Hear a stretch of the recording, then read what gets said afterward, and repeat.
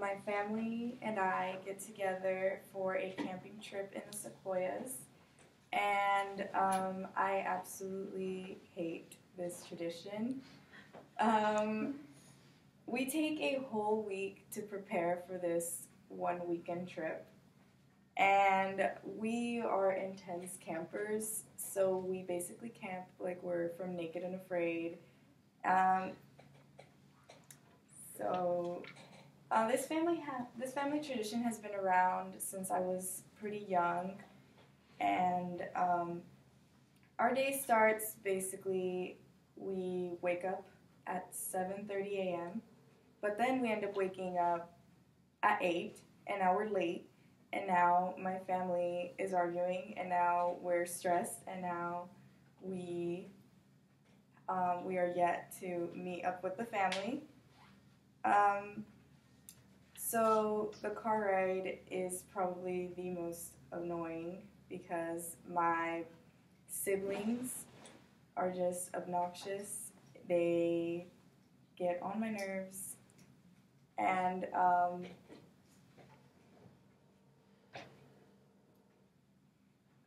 every year the campsite we go to is the same. We go on the highest point of the mountain, so we like to be secluded from everybody else who camps around that area. And like I said, since we do camp very intensely, we set up our own shower. We set up our own bathroom. Bathroom. It's like a hole, and it has like a seat on it, and you just like pee in your hole and then cover it up. Uh, when we are setting up the campsite, it's probably like the most stressful because everybody's like running around trying to find the best part to camp in, and my mom already ready and takes us to her advantage and uses us to run around and find the spot that she would like.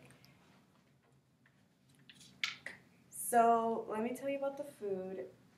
If there's one thing I do not hate about this trip is how much food we eat. We eat so much food. I feel like I gain about 10 pounds over one weekend every year. My favorite memory of food would have to be that one of my dad's friends was out hiking by himself, and a snake was trying to attack him. And so he grabbed the snake by the neck and snapped its neck, and he brought it back to the campsite. And, the first thing a group of older men think is, well, let's cook it up and eat it. So they skinned the snake, and we ate snake for dinner. And let me just tell you that snake tastes like really, really salty fish. So that wasn't the greatest meal, but it was a fun story to keep. That reminds me of this trip. Also, even though I do not like camping with my family, I will say that the scary stories that we tell have got to be the best stories that I hear. In my biased opinion, I feel like Mexicans have the scariest stories they either come up with or actually live through. The story I remember the most is about this person who had tried to put the REM, which is mucus from your eye, but it was from a dog. And the story goes that if you try to put that mucus in your own eye, you will see their sixth sense. Their sixth sense. So that means that you will see spirits and demons and everything unholy.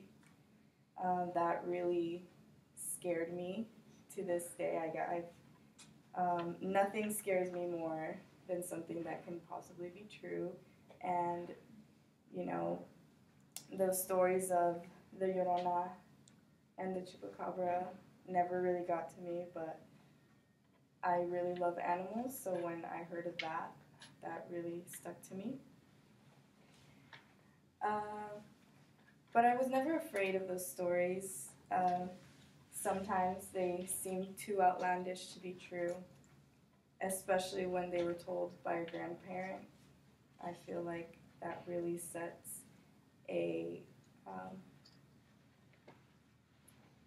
a tone of seriousness.